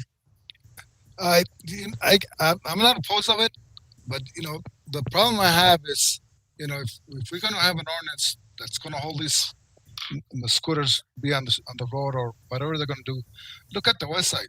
We got 4x side by side vehicles, alternating vehicles going through to Salazar and Romero, Lopez, and they're there every weekend or every other day, and they never get cited. I don't know if they have licenses for that, but they're down the street back and forth, and a motor scooter. Look, there's some kids. I know some of my relatives, some of my 10 or 12-year-old relatives have motor scooters or those electric scooters that they drive around the block.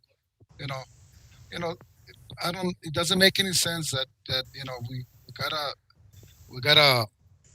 make our ordinances harder for the company to bring in a company like that. It's a business. We need a little excitement on the city, but it's gonna have to be very. The companies it's gonna have to be very cautious on who they let these people drive them. That's my comment. The other issue is that you need a credit card to get these scooters. So the only way a kid is going to have a credit card is if the mom or dad gives them the credit card to get on the scooter. Whether the mom and dad, and it says on the scooter you have to be 18. You have to, it gives you all the rules. And if people break the rules, that highly likely the parents afforded them the opportunity to get on the scooters by using their credit card. That's another comment. But Mr. Romero? Yes, Mr. Mayor. Thank you. I just want to, I don't know if you guys all got it or just I got it. Elias did send a sample ordinance. And Mr. Mayor, again, I know what you're trying to say, but this is something completely different. And within this ordinance that Elias sent, motorized scooter, a self-propelled device that has a motor, gas or electric. This is coming from language that he suggested that we do. It's considered here, a electric scooter. Responsibilities of parents, guardians, and custodians. We don't have this in ordinance, but I like this. The parent, guardian, or legal custodian of any minor or ward shall not authorize or knowingly permit such minor to ward or violate any of the provisions of this section. No minor shall operate a motorized skateboard or motorized play vehicle on any city right-of-way, including streets, roadways, paved alleyways, unless the minor possesses at all times while operating the motorized skateboard or motorized play vehicle a written consent to the minor's parent or legal guardian. So in there, whatever, this is Yuma, Arizona, the city of Yuma ensured that that liability goes to the parents. Right now, you know, as we all know, kids have their parents' credit cards, you know, for play, you know, for the games on phones and all that stuff. You know, so it's very easy for these minors, and obviously, you know, it's happening because that's why we're getting the pictures. If you go back to the memorandum of understanding, in there, Mr. Mayor, you said we don't have no bike paths. So basically, right now, according to even this MOU, they shouldn't even be using these anywhere because we haven't dedicated that area. All I'm saying, Mr. Mayor, is, again, this isn't a regular business either, because if we were going to open it up to anything, right now, if we wanted to, I know Councilor Montoya brought up four-wheelers, side-by-sides. If we wanted somebody to, if somebody would come up and open shop and rent 4x4s, four-wheelers, those off-road dirt bikes, and they were up and down the streets, it's a regular business. We can't control them. That's wrong. You know, we have to put ordinances in place for when these vehicles do come in, that we minimize the liability to the city and to the business owners. Thank you. You know, that's my 2 cents. There's the other issue is, you know, there's a company that wants to bring pedal bikes to Las Vegas, so you can get a bike at the plaza and ride around town and take it and drop it off. You know, really nice pedal bikes that you can get in any city. You know, and again, if we don't have the proper lanes for the bikes to go in, then we need to regulate the sales of bikes, and we need to tell Walmart they can't sell bikes, or anybody in town. You know, and I understand if we need an ordinance, let's put an ordinance together. But I don't want to put a business out of business. And if we can accommodate an ordinance to support their business and complement their business, I'm all for it. But I'm not all for regulating the types of businesses that want to come to Las Vegas. Well, I understand. One thing I do want to mention in looking at our charter is, you know, the role of the mayor is to preside over the meetings of the governing body and kind of to exercise. I want to question, is the role of the mayor to support a business or oppose a business is not up for discussion by the city council? My understanding, according to the charter, is the mayor is to preside over our meetings and not be supporting a business or opposing a business. And that's the role of the city council as well, Dr. Rodriguez. That should be your role as well. We are discussing this. We don't oppose it or support it. We're just wanting questions to some of these concerns that are brought forward by the residents. Yeah, well, your comments say otherwise. Mr. Mayor, may I add something?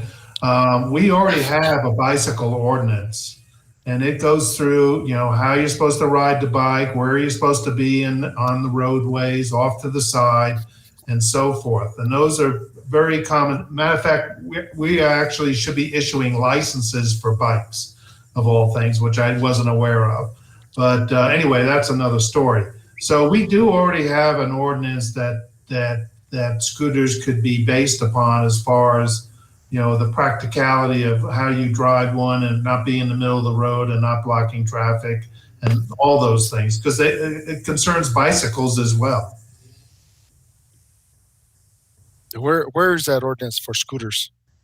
It's not for scooters, it's bicycle ordinance, Yeah, and it's exactly. Yeah, but you know, going back to this, I haven't heard from Scott, and I asked him earlier. You know, Scott, if any business, are you on board, Scott? Because we can't see you to begin with. I'm Yeah, here are. listening. Okay. All right. You know, the subject has come up already. If there's any company that wants to come into our community, and whether it's to sell Prono or whatever it is, to sell, pipes or whatever it is, something that's unusual, like this situation, This is something new to this community. So when they come and get a license, and I know Maria's not here to answer questions, but when you come in to get a license for any kind of business that's an unusual business or something new to the community or might be harmful to the community or whatever, doesn't the city request that it be like a special permit on a trial basis, or for instance, a special permit for a time frame or anything like that? That's what I said. We just issue it out no matter what, no matter who it is or what they bring? I could answer that. Normally, we look at the zoning requirements for that type of business and whether it fits into the zone that the business is going to be located in, or are there ordinances specifically against that type of business? So, like this business, where are they stationed at? Because all I do is see those bikes on the sidewalks or on the side of the sidewalk. The bikes are stored at Love Music. So they have a license to there? Yes. They're stationed there, the company? Yes. So you have two businesses in that building? Oh, so technically there is no basis for this company. I store the scooters here. This is my storage area and my charging area. The model does not say you need to have a specific address for your business. Oh, okay. As far as Bird goes, the company Bird. So anybody can have a business, I guess, anywhere in the out of state and still operate in Las Vegas, I guess. But so how do they track the revenues, and how does the city get a tax out of it, or they don't? There's sales tax. And who keeps track of that? That is, I am a franchise with Bird, and they are the ones that take out that sales tax. Okay. Now, Elias, when this bike's the battery ends, you just leave them there and that's it, or there's no time frame for you to go pick them up. As soon as possible. I try to get them as soon as I can. Because they have a GPA or a GPS or whatever it's to determine where they're at, or they call you and tell you, I left it over there. I'm aware of every scooter at every minute. I know where they're at every minute of the day. So what happens when they start disappearing? Just loss, or I will be noticed. So there's a few mechanisms in the actual scooter to be able to say, so if you are riding a scooter, I will know you're riding a scooter. Once you're done with that ride, you end your ride. And once it's done there, I want you to put it in a proper place that's not blocking anything, but it's off limits. So somebody tries to pick it up and move it, the bird it'll start making sounds, and then it'll give me a notice that it's unlicensed movement. And I will be aware of that. Okay. And that's me to be able to go and make sure that's not being stolen. So back to my question, Mr. Attorney, how does the city work when there's no regulation and there's no ordinance to address a company that comes into town like this, that's new to town, or that's might be controversial or whatever? Sure. Well, whether it's an adult shop or whatever. Yeah, well, adult shops are a little bit different, but let me give you a hypothetical, which I think everyone will be able to understand and appreciate. If recreational marijuana comes to New Mexico, our entire city ordinances are silent on it, where they can be located. Everything to do with recreational marijuana, our ordinances are totally silent. So when new things come down the pike like this, and this transportation sharing model is a new business model. It's a new thing. It's not, let me put it this way. It's new to Las Vegas. And so they have been around for a couple of years, but it's not something that has been prevalent in our area. And so we haven't had a lot of an opportunity to experience these types of things. Now there's going to be other things similar to this that will make its way to Las Vegas. As technology changes, there'll be new things that'll be similar to this. So really, what I'm hearing kind of from everybody is that they're not sure, because this is something new and we're not sure how it's going to play out, and we haven't had the infrastructure to date in terms of ordinances and things maybe like bike lanes that would be suitable to have these types of scooters operate. However, what I'm hearing from everybody is they want to get a whole bunch more information and see what we can do as a city. Obviously, everybody thinks that something needs to be done, but we're not quite sure what it is because it's new. Now, we can look to some other jurisdictions that are similar to us in size, and we can look to see what they've done.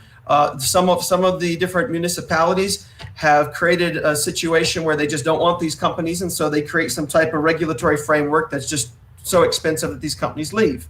Other areas have said, well, you know, they can be in certain parts of town, or they can drive on these streets in certain ways, or maybe they'll regulate them like bicycles so that they'll have to follow the same rules as bicycles.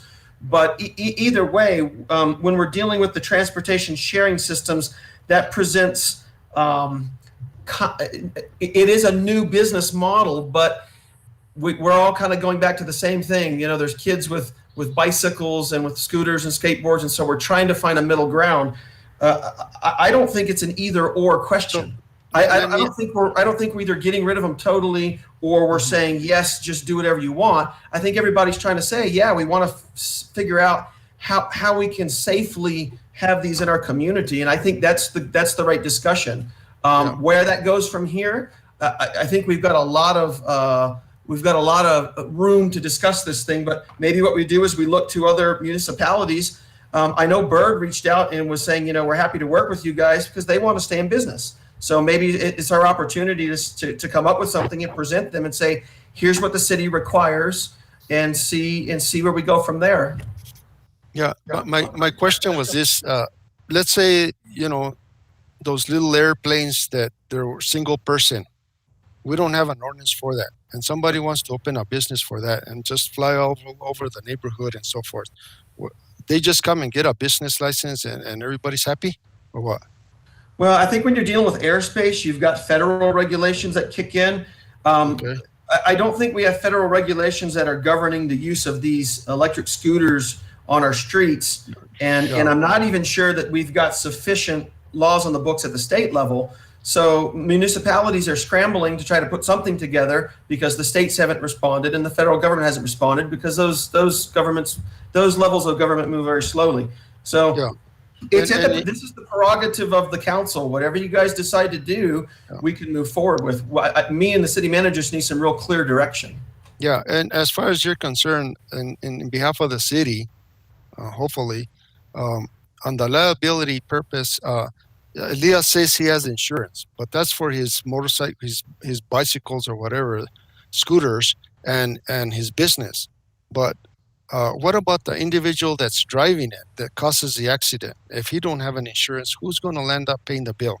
Or are we going to have higher tort claims? Or are they coming after the city because we approved it, or what? Well, yeah, there is. I mean, anytime somebody gets hurt in a public area, they're going to name the city as a party. That's just, I mean, any attorney that's worth his salt is going to name the city because governments, in the eyes of attorneys, have deep pockets and they have insurance plans. And so they're going to name the city. Whether or not it's our fault will be determined by a jury or a judge, but they're going to name the city. They're probably going to name Bird. They're probably going to name everybody they possibly can because they're looking to get a money judgment. So yes, the city will be named, and the city will be appointed an attorney through the insurance fund, and then the attorneys will start pointing fingers at each other and say, no, it's his fault, no, it's his fault, no, it's his fault. But okay. I hear you, that is a possibility, but you know, that's a possibility now with people who stubbed their toe in the plaza on a screw that was left in the cement. And so that was my next, that was my next thing is, you know, for the 4th of July, for instance, you know, and I know that our police department is probably in the near future or long future looking at those other, whatever they're called, with 3 wheels to ride around the Plaza Park. Now they have bicycles. But, you know, that's going to take an impact also. And that needs to be addressed on the ordinance. So would it be out of line to suspend this license till we work on an ordinance, everybody as a whole, and see where it goes? Can I just comment on that? If you do that, then I had a question for the attorney. Sorry, excuse me. Yeah, I can't in good faith recommend that the council suspend that business license, because I think at that point, Byrd would turn around and file a lawsuit against the city, and then we have a real and existing lawsuit instead of just a potential one. Okay, so you recommend that we just move forward on our own and create an ordinance? I recommend that what we do is we figure is the council, I guess before we start, we can do an ordinance. If you want to do an ordinance, we can start working on an ordinance. What we'll need to do is probably find another municipality whose ordinance you guys like. But the other thing, I think the discussion that needs to take place maybe before we even get to an ordinance is we need to get an idea from the council what kind of a city or what are the parts of the town that are going to be friendly to bikes, skateboards, walkers, tricycle bikes, whatever they call those, scooters. Are we going to try to say certain parts of town it's allowed, certain parts of town aren't?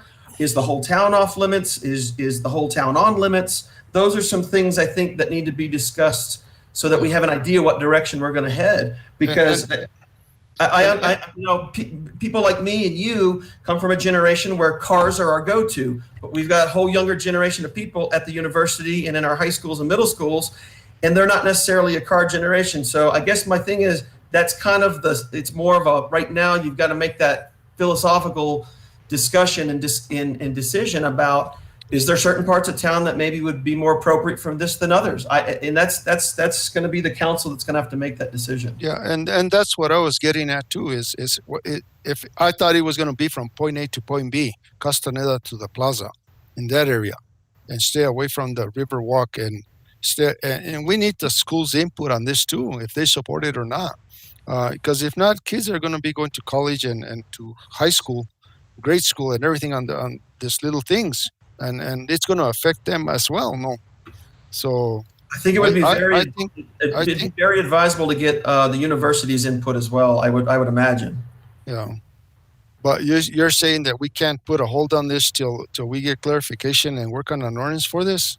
I think if we try to suspend their business license, that we're opening up ourselves to a good bit of risk and liability. That's my concern. Well, it's not like a permanent thing. It's just we can save somebody's life, maybe. I don't know. But Mr. Mayor, we would have to suspend all the other businesses in town, like Walmart, Courts, Bicycle, anybody who sells skateboards, bikes, anything like that. We'd have to suspend all of their business licenses. I'm not in favor of that. Go ahead, Mr. Romero. Mr. Mayor. Okay, and I thank you, Councilor Montoya, for asking, but it was my understanding, if we read this MOU, it says that we could cancel this MOU within 30 days, right or wrong, Scott? That is correct. Okay, and then my next question is, again, and I'm going to go ahead and I'm going to say this, is that it wasn't the council that came to this conclusion that allowed this business. Let me go ahead and remind us where this all came back. The city manager and community development authorized this business, which they should have never allowed without coming to this council. We have here an administrative regulation A-97-150 that says, and I won't read it all, but basically that said that all agreements, joint power agreements, memorandums of agreement, franchises, all these should come before council, and we didn't do that. So it's not the council that put the city in liability. I believe it's others that did that. The other thing that I have on this is, Elias, you work for the city. So how, if there's an issue, there's bikes left on the street, how do you handle that? Is that not a conflict, attorney? Is it a conflict for him to do what? So he operates this business, he works for the city, and scooters are left on the middle of the street. He can't leave during work. I mean, how's that handled? Is that a conflict? Well, that's I don't think it's a conflict, but it's a personnel issue. If he's leaving work to go attend to scooters, that's not my understanding of what's going on. But yeah, that would be a personnel issue if he's taking time off work that's unauthorized to go attend to scooters. Okay. And the other question is, I guess comment is, I kind of disagree that a business should have some type of location. If it's a food truck, the food truck is in a certain area. This one, and I'll go ahead and, I did get asked for a copy of the business license, and it just says, basically just that they're stored there at night. I did ask Scott as to, on the scooters, I know at one time they were at the train depot. I had concerns on the conflict there because of the anti-donation. We can't just have any business, operating on city property. But I guess that's not happening anymore. I think it was there for a couple of days or that. But at the end of the day, that MOU can be canceled. The business license can't. And with that, Mr. Mayor, I'm going to make a motion that we terminate the MOU until an ordinance is developed. Hopefully it's done within the 30 days. Until an ordinance is developed to address these e-scooters. That's my motion, Mr. Mayor. Thank you. There's a motion on the floor. Second. Madam Clerk, can you read the motion back to me, please? Guys, let me jump in here with just a quick, so that you're all aware of what you do, and that you guys can do this, and that's fine. My concern is this: that MOU was a voluntary attempt for Byrd to give the city some protection in the event that there's an incident. If we roll back the MOU, which is fine, we could do that, but that rolls back some of the protections that the city has in terms of Byrd indemnifying the city. So if we do have an accident between the time you roll back the MOU and the time we have an ordinance, then Byrd doesn't have any obligation to indemnify the city. I just want to put that out there so that you're cognizant of that before you vote. Mr. Scott? Yep. I just have a question to ask. So terminating the contract was not on the agenda. It just said that there was a discussion. Do you advise moving forward with this? Well, there's a couple of things. First of all, we don't have a contract with Byrd. It's not a contract. It's not anything where we've given them any special consideration over another company. We don't have a contract. We don't even have a memorandum of agreement, which is less than a contract. We have a memorandum of understanding, which is perhaps one of the least binding documents that you can have between two parties. Byrd didn't have to come to offer to do an MOU. They offered to do it. We didn't offer to do it. The reason why we entered into it is because it gave the city some protections. It's fine if you guys want to roll back the MOU. You guys can do that if you want to. I do have a feeling because, it says council discussion / action regarding transportation sharing vehicles or ordinance in Las Vegas. So there's a potential here that the council could take action that was listed in the agenda. I have a feeling, based on all of the Open Meetings Act complaints we've been getting, that we're going to get complaints no matter which way we go. But so it's up to the council what they want to do. I mean, there was discussion. If the council wants to take action, the council can take action. We'll just have to deal with whatever ramifications, OMA ramifications we have. But it's up to the council's discretion. Scott, I do want to mention one last thing. I did a lot of research on this. And in other cities, the company gives a certain percentage to the city. Some give 10%. And the purpose of that 10% is to help with the road.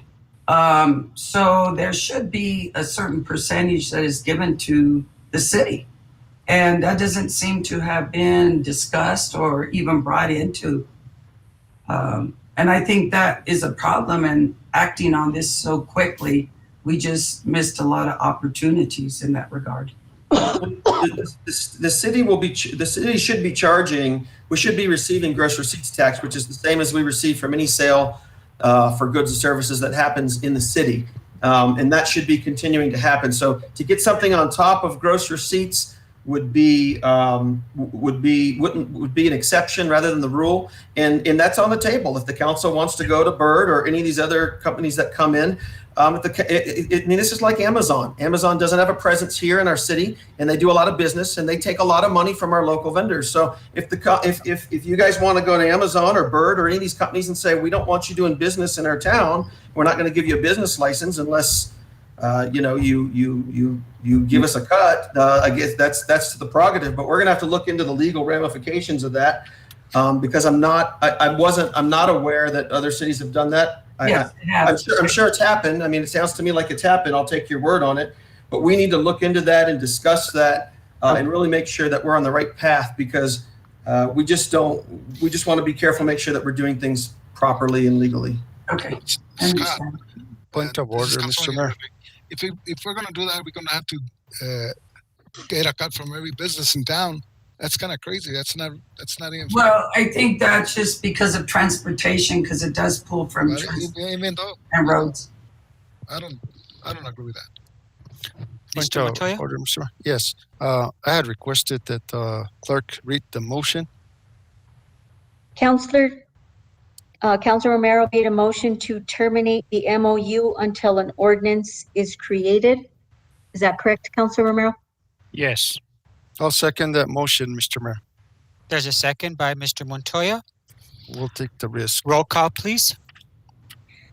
Councilor Leonetti Jr., No. Councilor Montoya, Yes. Councilor Rodriguez, Yes.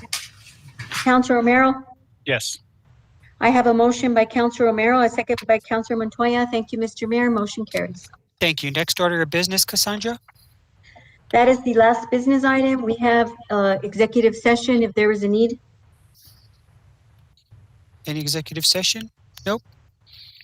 Adjournment? Mr. Mayor, make a motion to. Thank you. There's a motion to adjourn by Mr. Ulibarri. Second, please. I second. Second by Dr. Rodriguez. Roll call, please. Councilor Montoya, Yes. Councilor Romero, Yes. Councilor Rodriguez, Yes. Councilor Ulibarri Jr. Yes. I have a motion by Councilor Ulibarri, a second by Councilor Rodriguez. Thank you, Mr. Mayor. Motion carries. Thank you for all your help, Cassandra. You're welcome. Thank Mr. you, Mayor. everybody. Bye-bye.